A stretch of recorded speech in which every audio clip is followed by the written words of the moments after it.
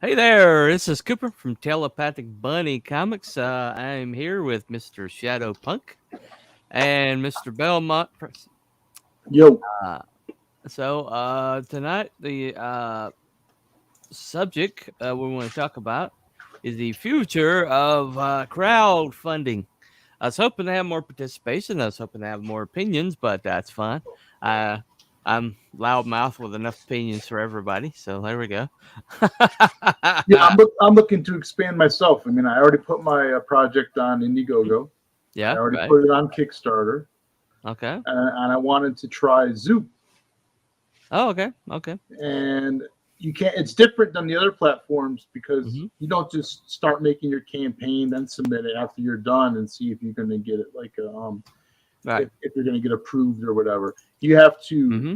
write them an email and then ask them and tell them what basically pitch your project to them, Ah. and then they will get back to you.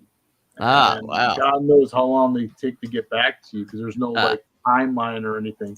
And they take 10%, Mm. but you Yeah. don't create your own campaign. You give them the stuff and they put it together, but they want all the images and everything, but they'll put it together for you.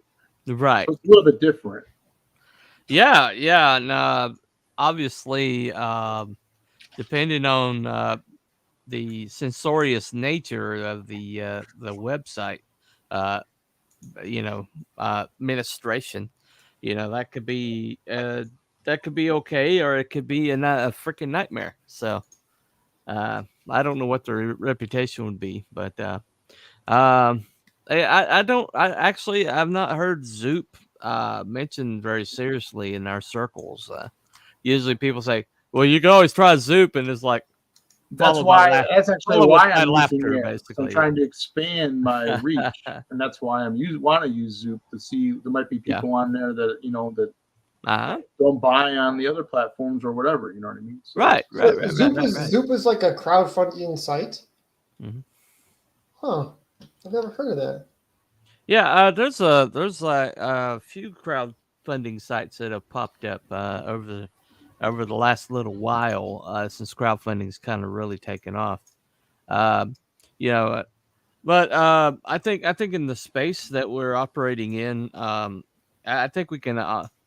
I think we can pretty much say that IGG Indiegogo is no longer the life raft that it has been in years past, and that we're probably entering the last days of our participation on it. You think so? Would that be accurate? Do you guys have any differing opinions on that? I'm uh, personally I'm not a good judge of that because I haven't been around that long. I don't know Mm-hmm. if there what are the other options. I mean I know Eric July did it, but he had his own website. Right. Right. I mean, so I'm anxious to hear or I'm excited to hear that happens. Well, Kickstarter and Indiegogo have pretty much been the two-headed monster in the space. I think that might be you, Shadowpunk, and we got a lot of feedback here, dude. Um, Oh, is that right? yeah, I yeah, thought I was getting alien communications again. yeah. Let me mute you right quick, make sure. Yeah, it's definitely you. It's cut back quite a bit. It's cut back quite a bit. But anyway, the two-headed monster has been Indiegogo and Kickstarter. Yeah, that's better. Okay, That's better. I'm gonna go do the 3D program and tell Okay. me if it kicks back in. All right, no problem. Yeah. But the thing about it is, though, is Kickstarter. There's been people very successful on Kickstarter who have very conservative leanings. So the the like I know for a while there, it's been people who have been like, "Oh, there's gatekeeping. There's gatekeeping going on." But then you look at the people that claim gatekeeping, and at the time they were very combative on like YouTube and other platforms, and were like really lightning rods for controversy at the time.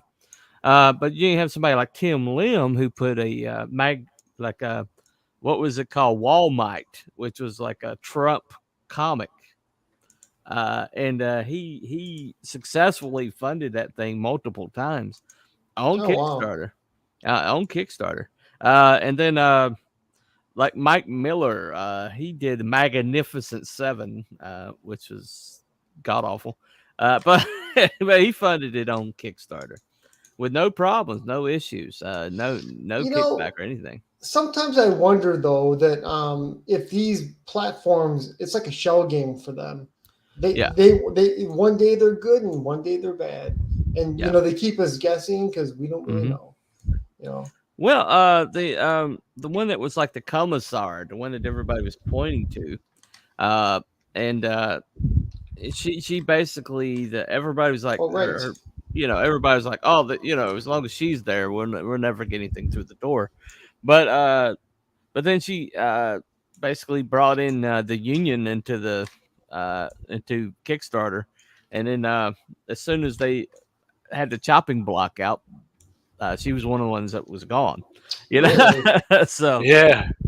yeah, I mean, Wow. so that bit her in the ass because she's like, "Oh, I'm so proud that I made Kickstarter into a union shop," and it's like it's still a union shop. It sent everybody that was in the union out the door, you know. Yeah, right. So So is it still union or is it just normal again?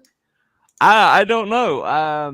I'm not really familiar with but the thing about it is Kickstarter is about 6 times the size of Indiegogo.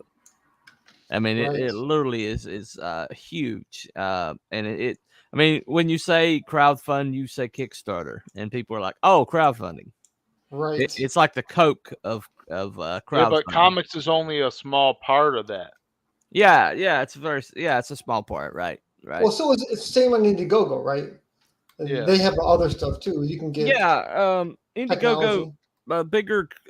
bigger like chunk of Indiegogo's got comics on it.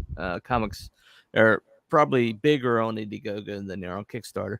However, now that they're like starting to, I've heard more censorious behavior off of Indiegogo in the last year than I think I've ever heard off of Kickstarter.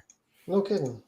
And say it's getting worse. I mean, it seems like Kami Mark, who's in our group, a couple years ago, did a book where he purposed Golden Age comics and made like a different storyline by changing the word bubbles, and it was Okay.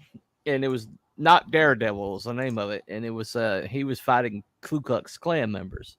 And the Ku Klux Klan members had swastikas on their armbands, and so even though he was fighting the Nazis, the fact that there were swastikas got him banned or until he fixed it, and so he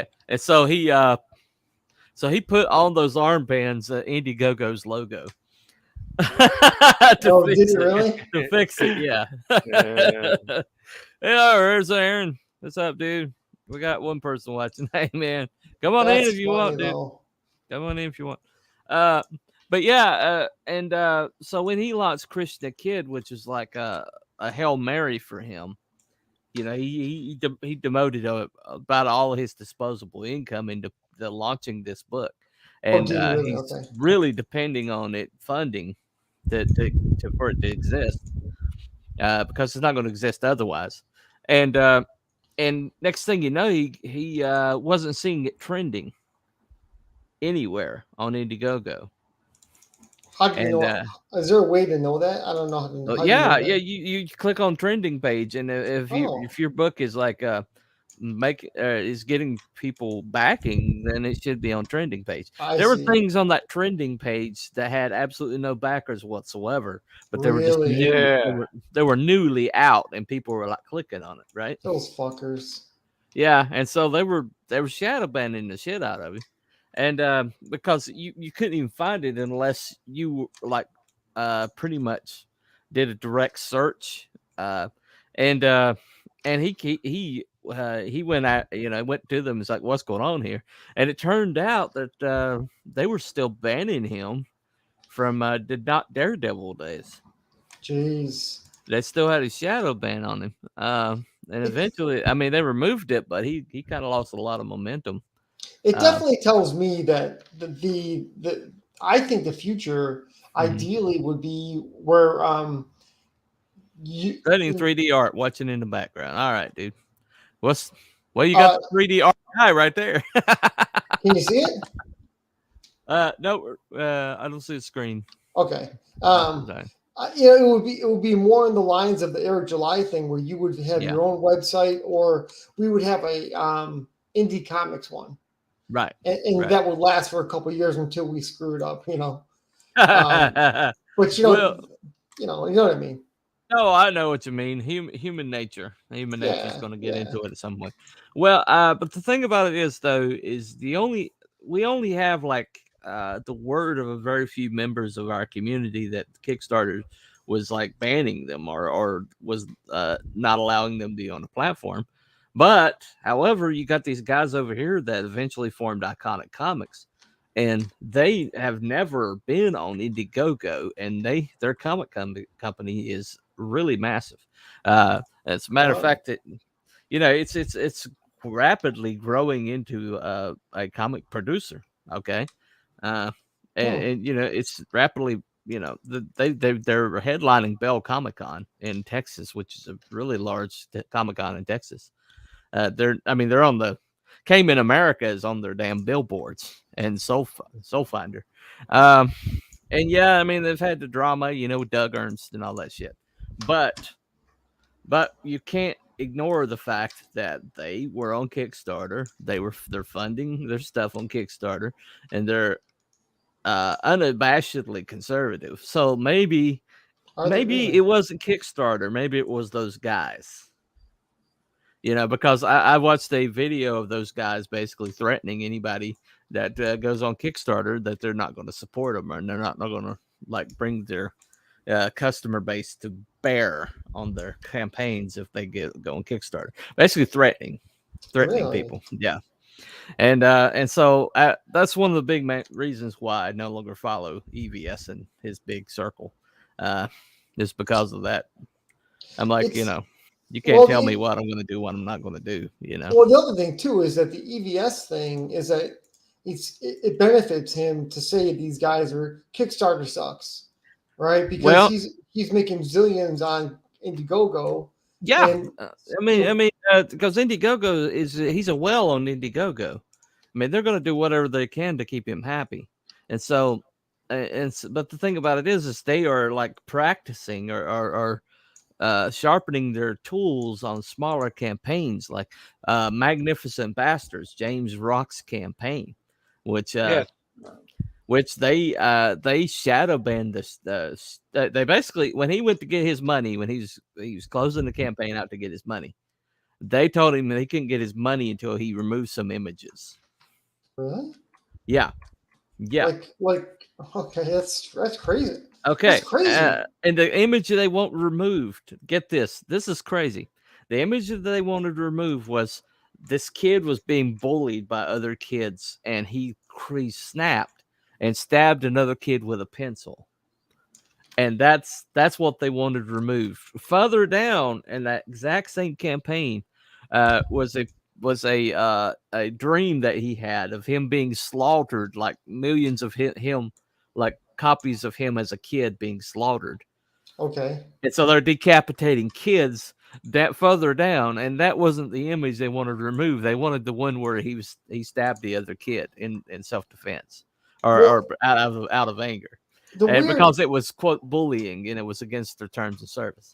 So I guess I understand that, but the weird thing I don't understand is why would they? So they're not going to. The campaign's over, and they're not going to give him his money because he's leaving. He's gone. Well, no, he would be up in demand. Oh, I got you. Okay. Yeah. Okay. So eventually he like neutered his campaign, neutered the crap out of it, hoping that they'll finally release the money. And he didn't hear back for days. I mean, days. He's got this sword of Damocles hanging over his head, and he couldn't hear back from him. Eventually, somebody got off their duff because he went away from the trust and safety people and went directly to customer service, and customer service talked to the trust and safety people. And so, but after that came back up, it was Shadowband. Right. And so they were like being pissy about the fact that they felt like they were forced to put his campaign back up. And so they shadow banned him until several of us went to their customer service, and the customer service talked to them and removed the shadow ban. Well, But I'm telling you, man. the trust and safety is out of control. I mean, they're brand new, and they're evidently just festooned with the usual suspects.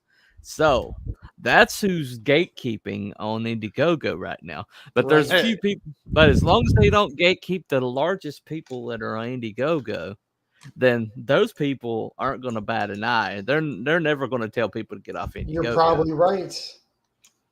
But Indiegogo is going away for the smaller creators.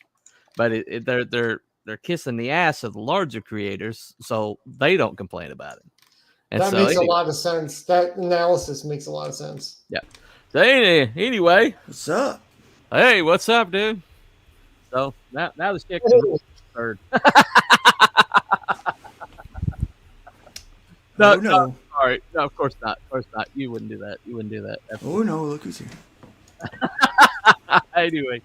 We're talking about how Indiegogo is going away, and we're talking about alternatives. Well, yeah, I don't know if it's going away, but it's not going away. You just got to be careful.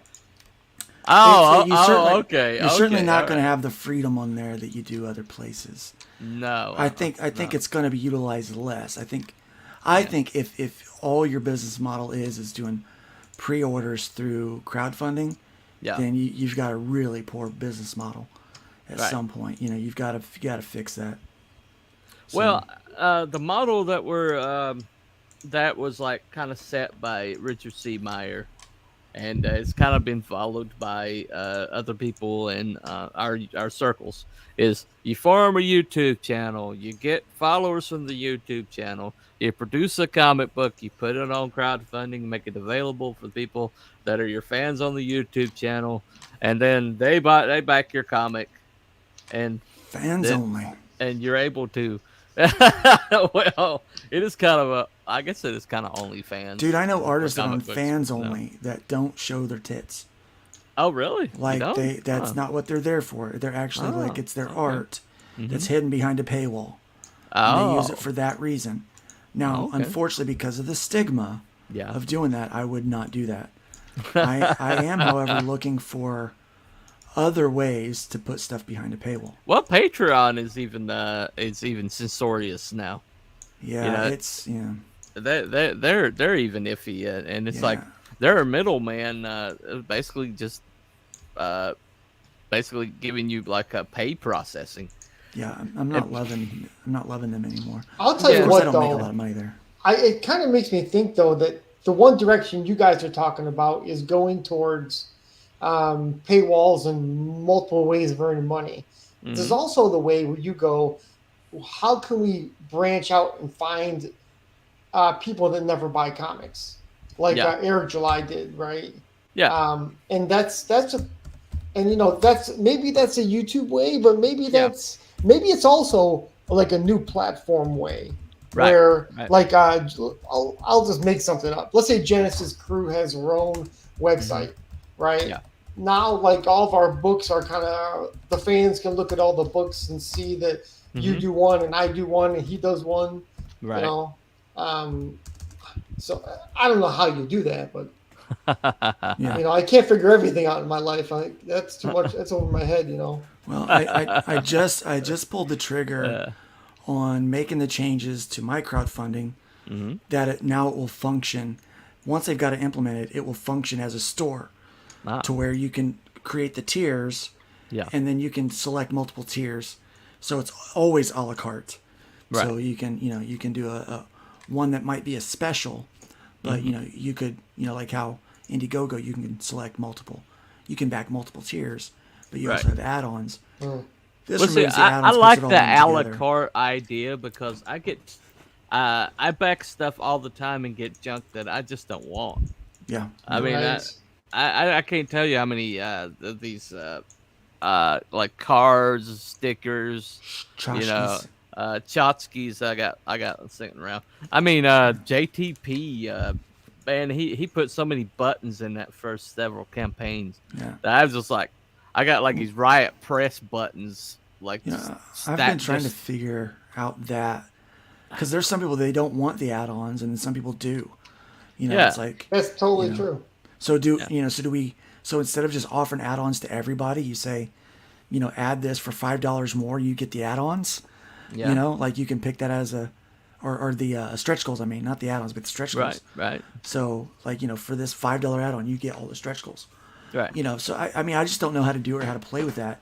Mm-hmm. But that is something I could do for my own crowdfunding. Right. That maybe, I mean, unfortunately, with Kickstarter and Indiegogo, they kind of create, the community has kind of created it, what it is. Whether, But for my own side, I could say, well, screw that. I'm going to do what I want. Right. And that's really what I'm trying to go is. I'm trying to do the screw that. I'm going to do what I want thing. And well, that's pretty much your business model. So yeah. Well, I try. Yeah. Well, there you go. That's that's your goal to get to where you can say that, basically. Yeah. But I mean, the thing about it is, though, is we're all gonna have to figure out a different way to skin this cat, because what we're currently doing is it's got a very poor distribution between the haves and have-nots, and it's developing into a situation where it's just going to get to where like 5% of the people or it's probably there already, where 5% of the people in the community that we're part of are making like 50 or 56 or 60, but percent of the profit, and that's just not. I'm not talking about equity. Equity sucks. It's not good for anybody. Okay, I'm not talking about that. I'm talking about equality, equal opportunity. Equal opportunity is what I'm talking about. Yeah, equal opportunity. And basically the popularity contest model that we have right now. Yeah. I mean, we watched an ex-Marvel artist with some renown take a nap on air for 8 hours yesterday, and he had 81 people watching. Right. He had more than 81 people watching. Freaking people. He had more than 81. Well, more than 81, but he had 140 someone. Okay, all right. When I moseyed on over.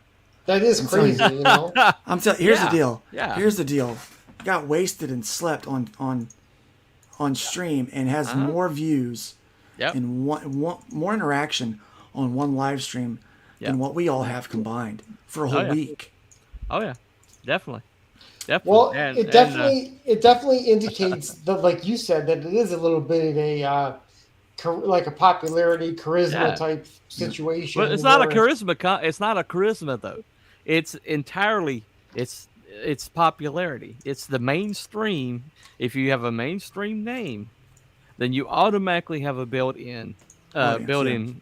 It's automatic. Remove the CG from anything that we do. Remove that. It's the same thing as if we were just in independent comics trying to make it, right? Right. The only problem is we don't have the equivalency of, let's say, a Antarctic Press or Scout Comics that is a jumping ground for us to get into that next level. We don't have that in our community. It's gone. Or it's not been established yet. Dang it, Belmont.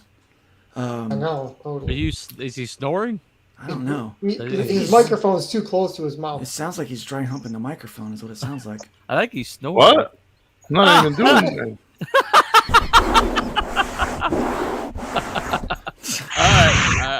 All right.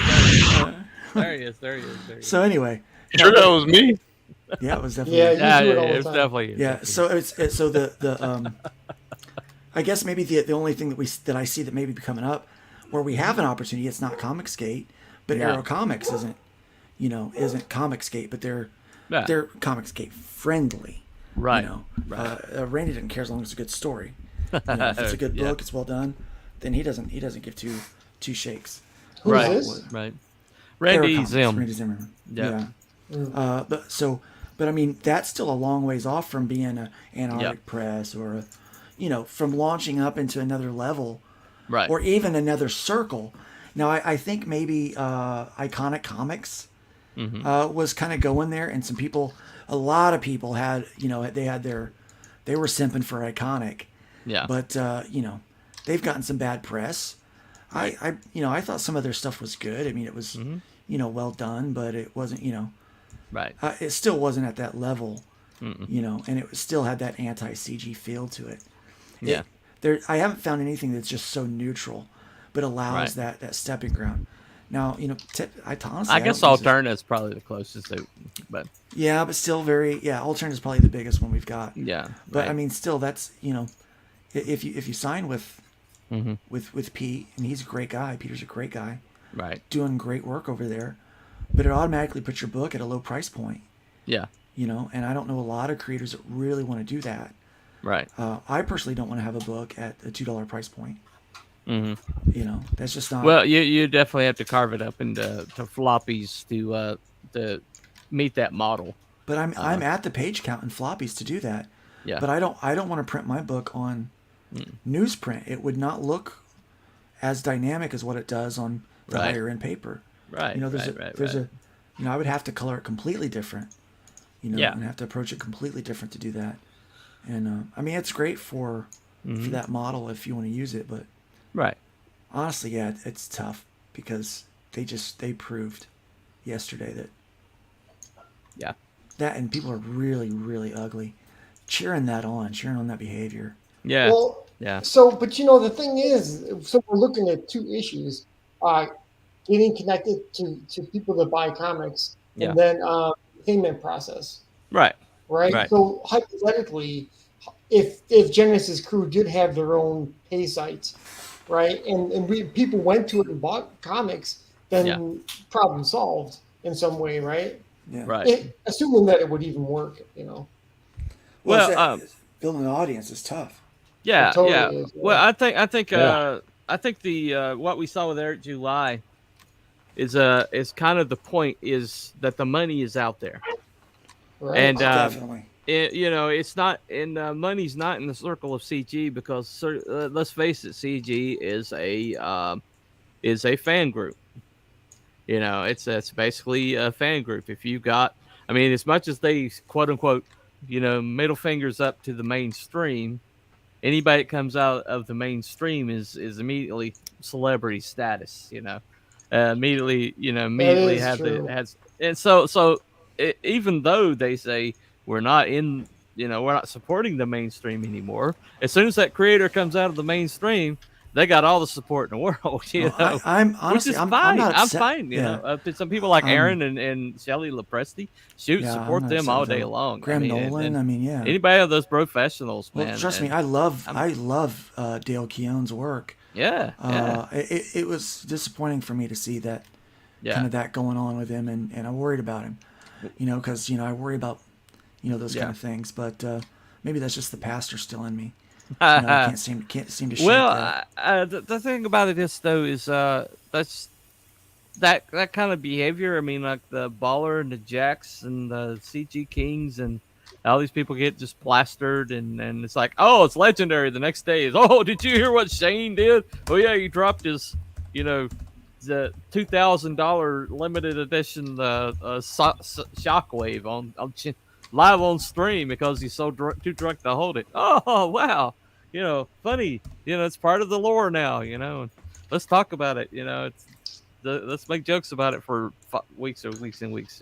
I can give a fuck less. Exactly.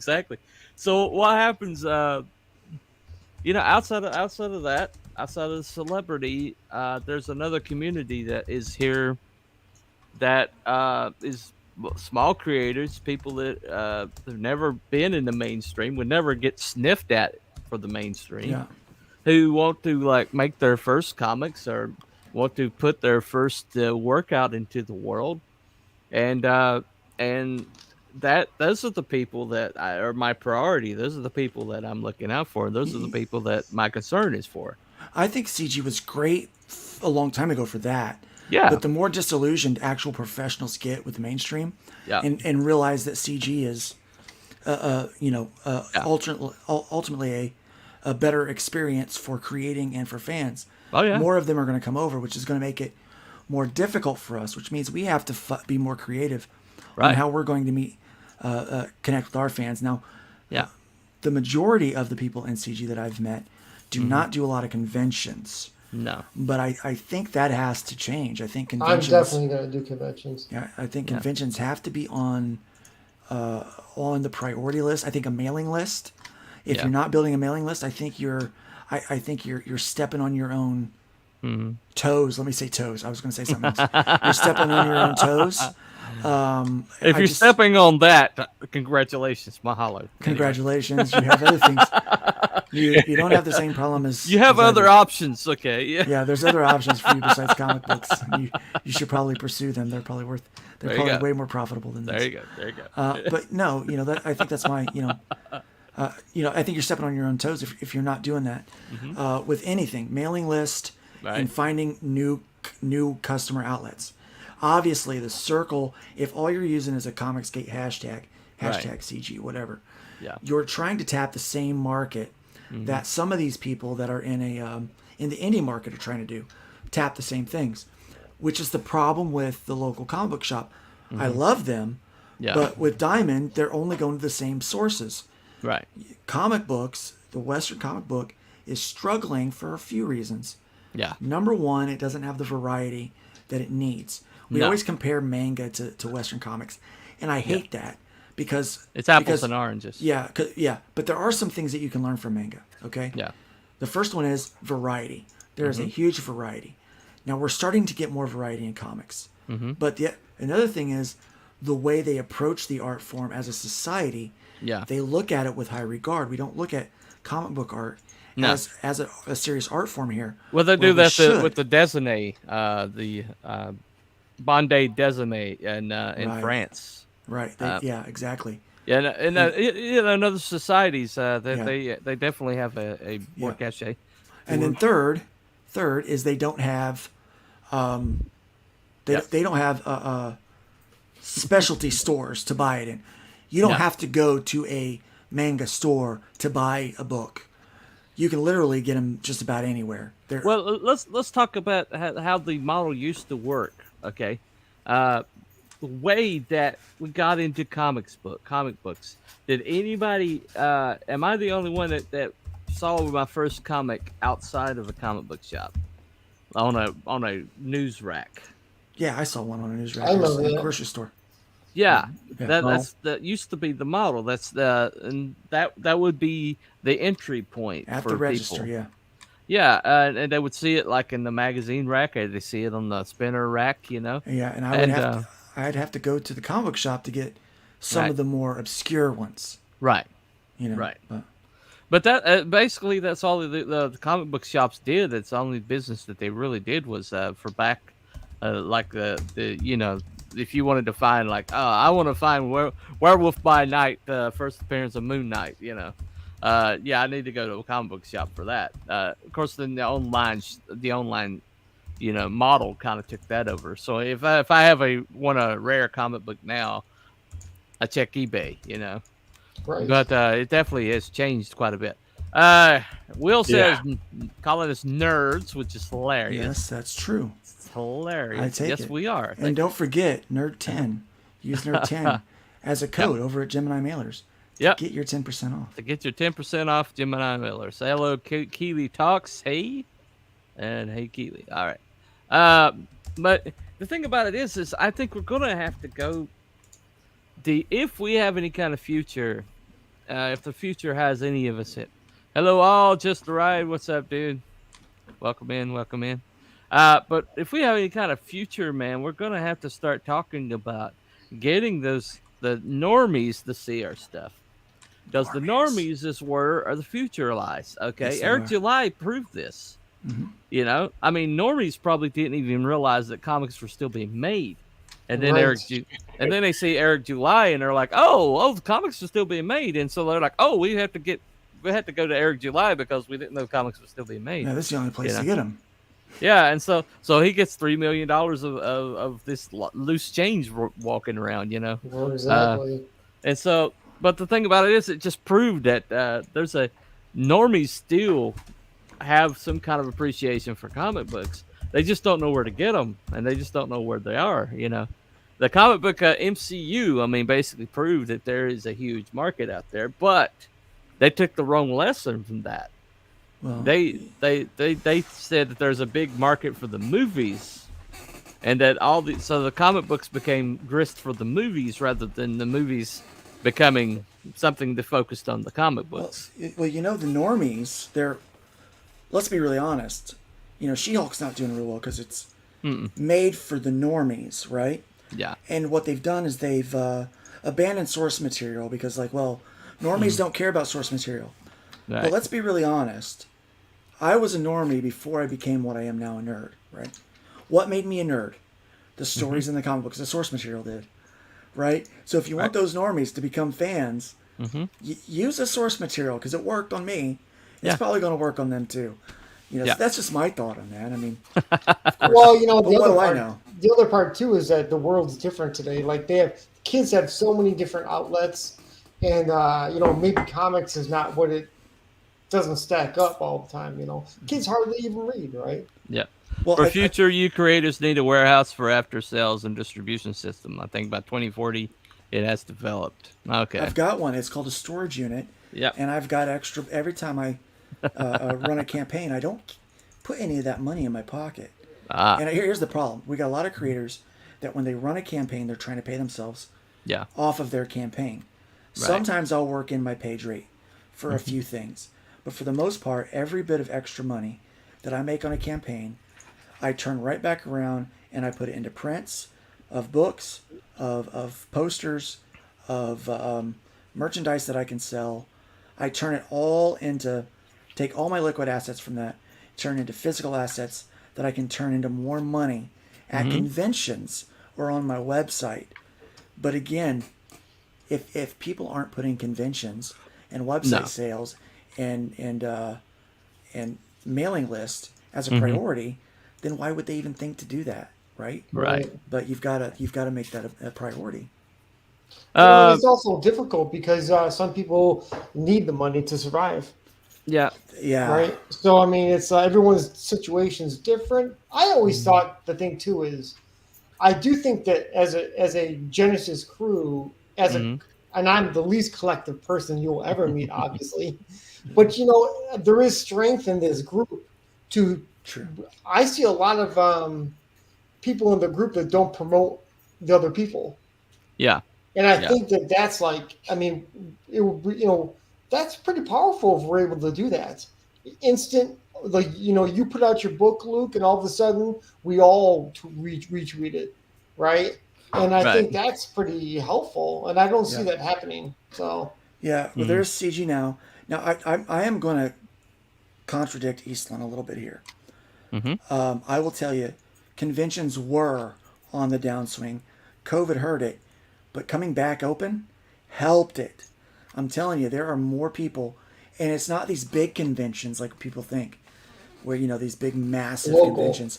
It's these small little one-day conventions are getting packed because the ticket price is like $10, and they come in and they buy. I've already booked up like 5 or 6 one-day conventions that I can just go to and just nail.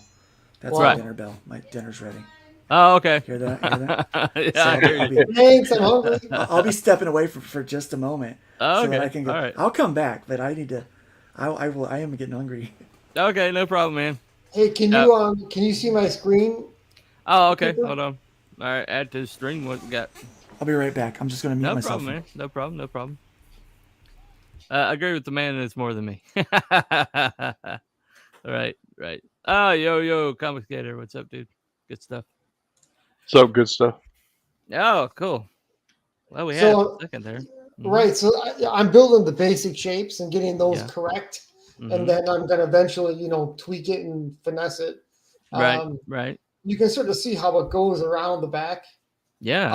I'll connect these, but that's kind of the gist of it. You can sort of see how it might work. It has to look like it goes through the apple and punches out the other side, I think. Right. Yeah. So, yeah. And can you see how crazy my screen looks? Yeah, I can see it. Right. Okay. So, okay. Your program made it into a 3D object automatically? No, I did it. Okay. I'm doing as we're talking. I'm actually building. Hold on. Yeah. Let me share again. You made that since we started the stream? Yeah. Yeah. He didn't have time to work on it otherwise.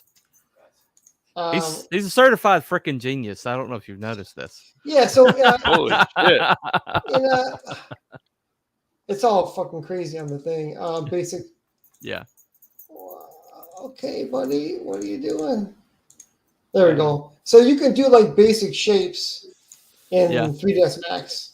Right? You can do that. You can do this. You can do cylinders. Right. And then once you get that to a certain point, then you start to finesse it. And I'll start putting in like the ridges of the scales. Right. Yeah. But right now, like I wouldn't even waste my time, right? I want to make sure that I get the basic structure correct. Yeah, and, right. Because then you get into real trouble down the road.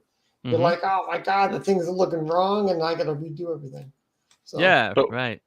Wouldn't it need a base though if you're going to print it and like put it on a table or shelf? Yeah. It'll probably have something like, okay, well, technically, that's if you're going to print it. Right. But if you're going to use it for something like a 3D, like let's just say you rotate around, it rotates, right? Then you we can make it into a Christmas ornament. Yeah, totally. But the other thing too is you could if you 3D print them, you would then make a base like a stand that would hold the apple up. Which it is what it is. It's one of those things where that's something you figure out later on down the road. Right. Especially with an object like this, because it's very centered and like it's not like it's Shadowpunk figure where she's all over the place. Right. And you're like, where the heck is this base going to be? How's it going to work? Yeah. This thing you can probably just do like a pole. The other thing too with characters, the problem is that if you put a pole up their ass, people tend to notice. Right. So you got to find a way for it to curve and move around so it doesn't look like a pull up their ass. Yeah. Well, I've had tattoo artists tell me that they thought that was cool enough to be a tattoo. I've thought about it. Yeah. I thought about it, but anyway. All right. Eastland Burkholder says, I want to do things differently from a comic, and your business models interest me. Okay, I hear you. Cool. 3D drawings magic. Explain it to me. I still don't understand it, but I want to design shapes. Yeah, there you go. I can make a bowl out of an apple. There you go. Very talented, Mr. Good But stuff. he's talking about a bowl for smoking. So there. Clarify. Anyway, once again, my show's become a pot stream. There we go. Anyway, teetotaler that I am. I don't drink. I don't do drugs, and yet my show keeps turning to a pot stream. What in the world? Anyway, I'm on a show called Cannabis and Conspiracy, so it's the irony doesn't escape. Yeah, you came up with that name. Well, I was joking. Anyway. Well, that's a writer, and you're just coming up with writing creative solutions, right? You can't. I do that. That's what I do, man. That's what I do. I'm an idea factory. Anyway, but yeah, we talk about the future, where we're heading with this thing. I think we're gonna have to find a way to get the normies back involved. Hold on one second. Well, an apple can sit crooked, maybe. Okay. Well, here's the other thing too, though. The normies. I think that normies is like the hitting gold in the gold rush, right? But in reality, there's like a vein of normies, but the normal comic book fans, those people, I think, are like just sitting there waiting to know that you actually have a comic book. Right. And they have no idea that you have one.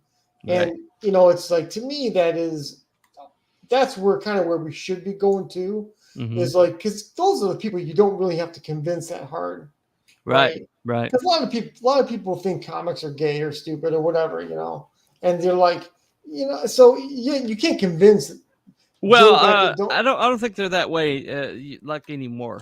Hey guys, Keeley Talks put me onto your channel. Belmont Press agree with points of view from the film standpoint. You guys should reach out to that Umbrella guy and exchange ideas. Yeah, and that Umbrella guy's wife is actually part of our group, Genesis Crüe. Really? So we were talking to her today. Yeah. Hell yeah, boy. And let's see, the iStream has been picked up to go prime time. What is that about? Yeah, we're changing our time slot to that's right. Probably around 8:30 or something like that. We're not. So you got better. Exactly sure on the time. What? Okay. So you got better people watching, better numbers. Well, Good Stuff got a shift change. He was working I think a second shift or something, and was only able to stream at night when he got off work. So right. Now we can stream earlier since he's got a day shift. Oh, okay. Well, good for him, man. That's good stuff. There you go. Right. Day So we're going prime time. Num in your guys' ears. What is this, Matt? What is this? What is what? I thought you were Belmont. Yeah, you're trying to be me, man. He had Belmont Press's icon up. So I'll tell you what. I know. Tell you what. Anyway, yeah. So okay, so we need to what's the goals here? We need to break out of the current paradigm of a small insular fan-centered community that's just becoming basically an adjunct to any mainstream artist that wants to get control their own destiny. So yeah, we need to move away from that. We need to find our way to start getting normies interested, and and we also need to find a way to be more equal on the opportunities, as opposed to everything being at the top. I will say one more thing. I have an idea. Go ahead, Luke. Go ahead. I was just going to say, I love the idea of CGNow.com, right? Yeah. But again, that puts us back in that CG sphere. Right. Like like Eric July is not CG, but he encompasses the values of CG fans, right? So we need to have outlets. Like, I'm not opposed to using CG now, and I plan on doing it. I'm not on there currently. Right. I plan on doing it. But we need to also have outlets where people that are maybe afraid to go buy from CG now because they're afraid of the tag. Because people are afraid of the tag, unfortunately. Why is that? Well, they're afraid. Well, of the I mean, check the Wikipedia. Check the first thing that pops up goes CG. The Wikipedia pops up, and it's all propaganda. And you can't change it. They won't allow you to change it. Yeah, hate group. Yeah. It's got EVS's ugly face on it, and as the leader. They're afraid of the SJWs and how they use CG as a weapon to people that are normies that don't know any better. Yeah. Right. And so some people are afraid, like, well, I don't know if I want anything to do. Well, with it's like all the Republicans are Nazis and fascists. Yeah, exactly. And it's not true. I mean, obviously, it's not true. No. There are, of course, there's some racists and jerks. Yeah, of course. In CG. But there's racists and jerks everywhere.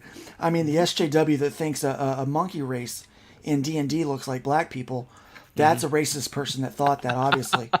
If you've ever looked at a monkey race and thought it was a black person, you might be a racist. You are a racist. Here's the other thing, too. Like, people have a right to their opinion. They're not bad people because they have a bad opinion, right? I mean, at some level, and that's sort of one of these left-wing things that they get you in this ideological corner where they force you to go, oh, yeah, I'm totally not like that racist guy. And you're like, first of all, whatever my opinion is none of your business. Well, a famous conservative commentator, I can't remember his name right off the top of my head, but he made a statement that is very accurate that says the problem is conservatives see liberals as misguided, but the liberals see conservatives as evil. Yeah. That's true. And that's the problem, because we can have liberal friends and we're fine with that. But then the liberals won't have conservative friends, because if you have a conservative friend, why are you hosting evil? You know, why are you supporting evil? Marxism twists everything around. It does. Right? You know, so I mean that's the thing. Totally, you talk to people and they're like left wing, and you're like, yeah, I'm like, yeah, whatever you think is whatever. I don't care. Right? And they're like, well, you're a Nazi or something. You're whatever. Like, well, Easton Burkholder, once again, you need to come on the damn show. You keep commenting. You might as well be on the freaking show, man. Do it. You have a second market for the self-funded business model to get the normies. The normies will buy your books and other items as affordable luxuries. Right. Which is why you should be on the damn show giving these comments, man. I would love to stream with Tug sometime. Yep. Maybe he doesn't have a setup. I don't know. New customers have to be able to find the door and buy a first comic book. How do you do that? And stigma sometimes fades, and racist, the label is losing its sting from being overused. Way overused. Slander as a bad person, been there. How do you fight it, mock it, and say, you know? I mean, well, basically, though, we're just going to have to, you know, we're just going to have to get to where we don't care anymore. And we're just going to have to, like, start treating them like they treat us, to the point where, and I hate to say it because we are just too freaking reasonable. Yeah, I don't care. Don't care. Uncancelable. And whatever. Why not? And whatever. Yeah, right. Why not? Right. So, you know, I have another idea I was going to bring up earlier. So while we're coming up, because when you solve a problem, you don't just solve it one way, right? No. You do this, and that, and when you do it, then you really get results. And one way that I think would be really cool, I don't know, maybe you guys have come up with a solution, is it because I'm going to definitely do conventions next year. So yes. I would think that what if we had a thing that at the convention, like in my booth, I also have a Genesis Crew, like for example, their covers, right? Like something that you could show that it's not just Shadowband, it's also the other books that other Genesis Crews people do. All right, entertain this for a moment, okay, guys? Listen to this. This isn't exactly off of my head. This is something we had planned to do with Terraform Comics a while back. So check this out. What we were going to do is we were going to allow each person to buy books at a discounted price from the other people. Okay, it's my desk is shaking. I didn't realize my dog's underneath, just scratching away. I don't know if you can hear her. But I'm like, why is everything shaking? It's like, it's Florida. We don't have earthquakes here. Right. But anyway, so what we would do is like this. Let's say, for instance... or rolling blackouts. Or rolling blackouts. So let's put it this way. We have 3 different creators that had books, right? And they could buy my Hybrids book at cost plus $1, right? So I would get the $1. And then they would take that book with them to a convention. They'd sell it for whatever price they can get for it, you know? Right. Preferably, they'd sell it for their cost plus $1, right? So they're making $1 off of it. Yeah. That way, it's like giving them a commission for taking my book to a convention I don't have to go to and selling it, you know? Yeah. So kind of like that. So we were working on that kind of model before we had a leaky sphincter go and screw everything up on us. Yeah. You know, so I mean that, you know, maybe it's something like that where, you know, a Genesis Crew kind of model could be, you know, I'll sell you my book at whatever it costs to print, you know, or like at a serious discount. Yeah. So that you could take that copy with you to conventions and try to sell a couple. Yeah. Now, I know I'm not going to make any more money off of it than what I just made off of you. And you might make $1, you might make $5. I don't know what you decide to sell it at, you know, but I know my book's going to get in somebody's hands that I'm not at. Right. I'm not at the convention, right? Right. Now my book's in somebody else's hands. Yeah. And you know, maybe that might be something that works. You know, as a guerrilla distribution. Let's see. Eastland Burkholder says, idea. I'm not a comic book artist. I want to put out a board game. I do not have a nice mic. It buzzes. Do not care about sound issues. And yes, I think you have to have a distribution center. Yeah. See, think we just need to start thinking about it this way. Okay. Here's my comic book. Here's my world, my universe, everything I create, right? Here it is, right? So here's the customer that I need to reach. This in between here. That's the challenge. Now, if I have a good enough product, all I have to do is get them to turn their heads and look at my product. And if it's good enough, then I'll have sales. But they gotta know exist before they can decide whether or not they want to buy it or not. And that ultimately is the issue. That space in between. Yeah. Closing that space. It's from point A to B. We got to get them from point A to point B. And if you got it good enough, and that's the thing.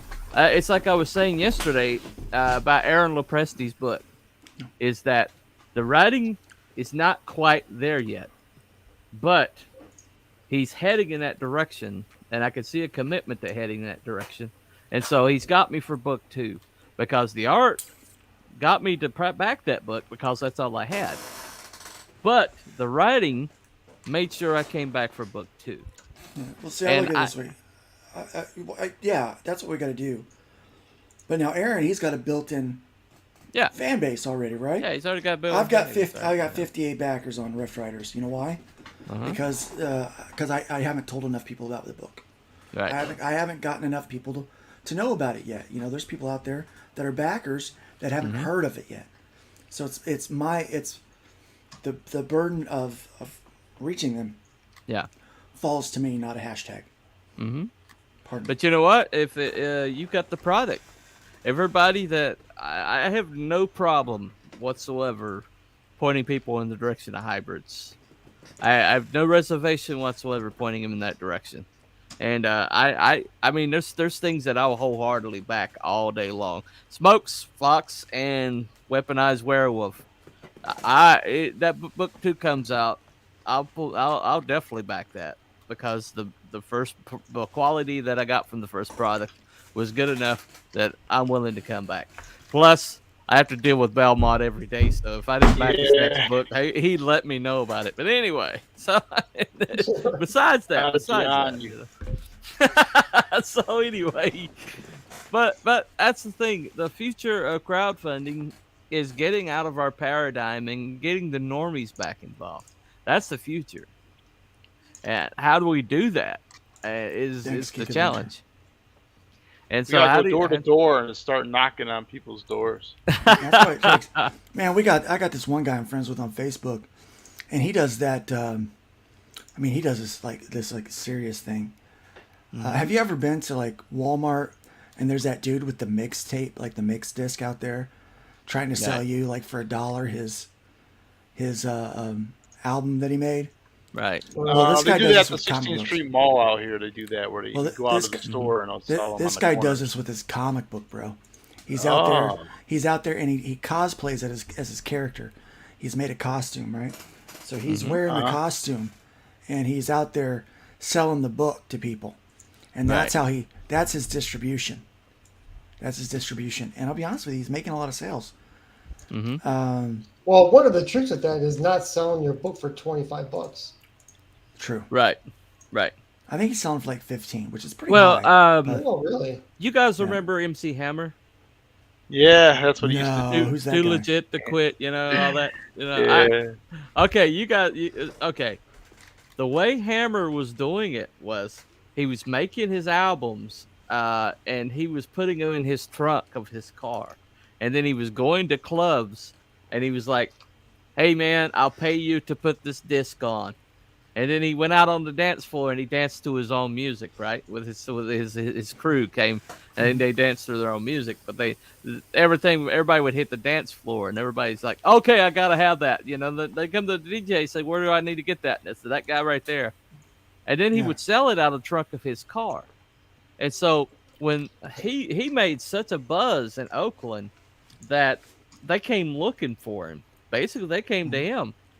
And then he's like, "Okay, well, this is the price point I'm at right now. You guys aren't giving me enough points. I'm just going to go back to selling out of my trunk of my car." And then eventually they're like, "Well, shit, okay, here's the price point you want." And he signed the big deal. Of course, that wound up ultimately being his downfall. But the thing about it is, though, me. yeah, but he understood only thing, if I got a good enough product, the only challenge I have is to get it in front of as many people as I can possibly get in front of. And let's face it, we've got an insular community here, and if you don't have a mainstream name, then basically they don't know you exist. So what we got to do is we got to find a different model here. I will say this though, in all fairness, sometimes those big names coming over to CG makes people that weren't CG aware of CG. Right. So they start looking for other people in that sphere. That does happen. I'm not going to discount that. It does happen, yeah. So it's great when the Dale Keones, right, and the Reenies and everybody when they're coming over. Right. I am not down on that at all. I think it's great. No. But conventions, I'm telling you, not the big conventions, the small little one-day conventions, little Saturday things, little expos. I always go when it says Toy and Comic Expo. Mm-hmm. If Toy is the first thing on the list and Comic is the second, I want that convention. I want that expo. Because what that's going to do, it means I'm going to be there selling my comic book as an artist, creator, against maybe one or two, maybe three other comic book guys like me. But the majority of the people that are going to be there selling are selling toys and crafts. Yeah. And back issue comic books. Right.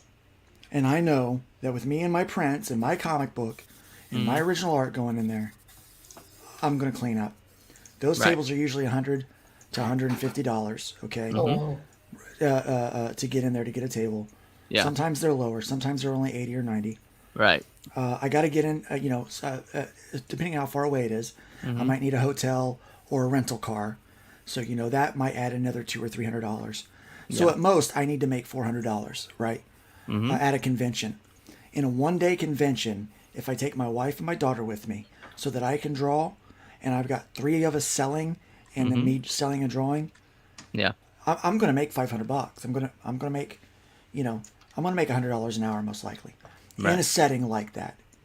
So I know I'm going to make my money back. Now, it might not be a lot of money. I might only be making $200 that day, but that's $200 I didn't have before. Right. And it's also probably 20 or 30 fans that I didn't have before. Yeah. Yeah.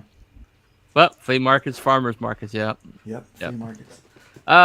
What about it's bandied about, but what if somebody within our group found a venue, rented it out, and then sold tables to people in our community to come in and show their wares, make it like basically maybe not a CG convention, but a CG friendly convention, and just Randy's doing that next April in Flint.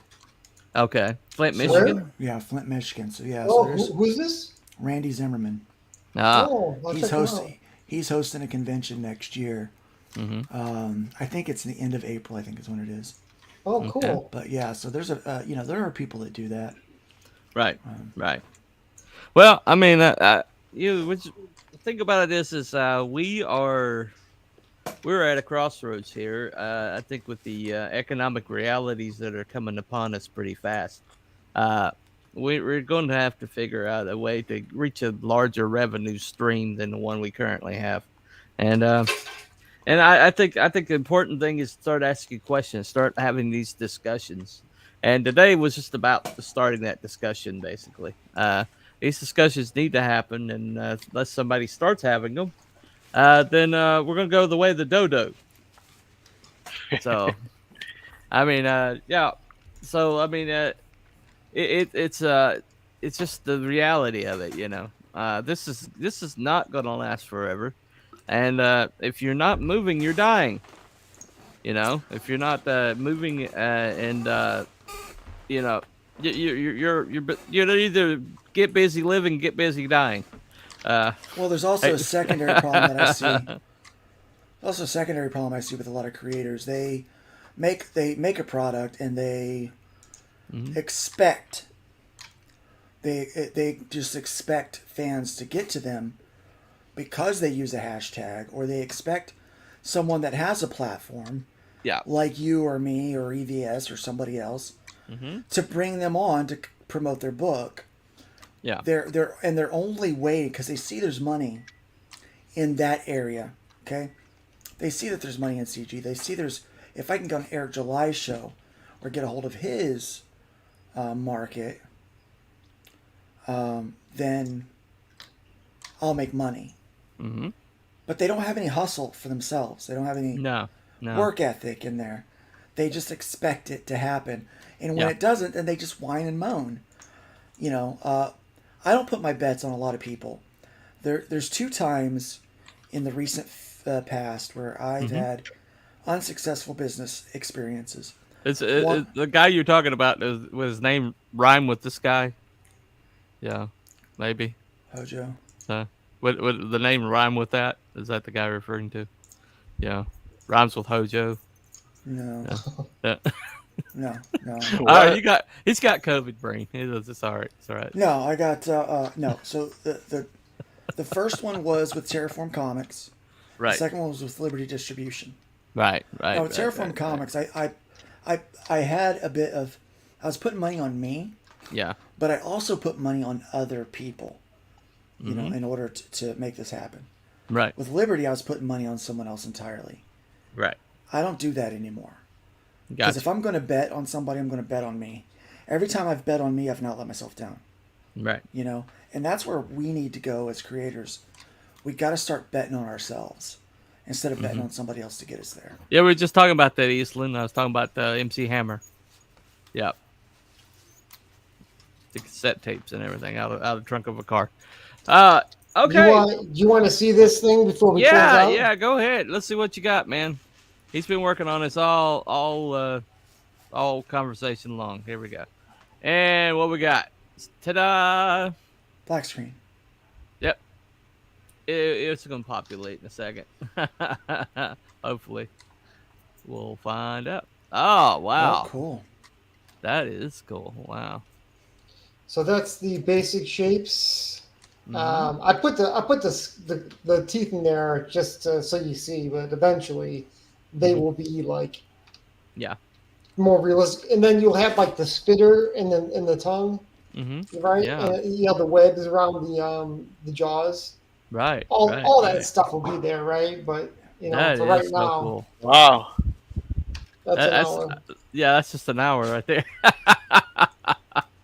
Well, all right. Speaking of that hour, I think we're good. Oh, who did I? All right, end of stream. Sorry, Belmont. I was. Damn you! Take that, Belmont. I'm sorry, man. I'm sorry. I didn't mean to do that. Take that, Belmont. All right. What business history can be looked at as a model to copy? I don't really think there is one because you got to look at everything. Honestly, you have to look at everything now. Because everything's new. I mean, we've never had an apparatus like the internet before. Yeah, and you got to look at your product. You got to look at your budget. You've got to tailor things to yourself. You got to find your people. Because he was too legit to quit. Oh yeah, right. I mean, you can look at hip hop. You can look at indie comics. You can look at what they used to do back in the day with, find local stores that will set 5 or 6 books in. Yeah. And make it not a comic book store. Right. Make it like a smoke shop. It's like, hey, can I, if I buy a display, can I? I think Belmont's doing that. He's got the perfect comic book for it. Oh, yeah. Anyway, so that has been the Genesis Crew Friday night love stream with the Genesis Crew. I think that's enough love for one night. I'm all loved out. All loved out. We are all loved up. We are spent. Out. The love is spent. Okay. Anyway. All right, gentlemen.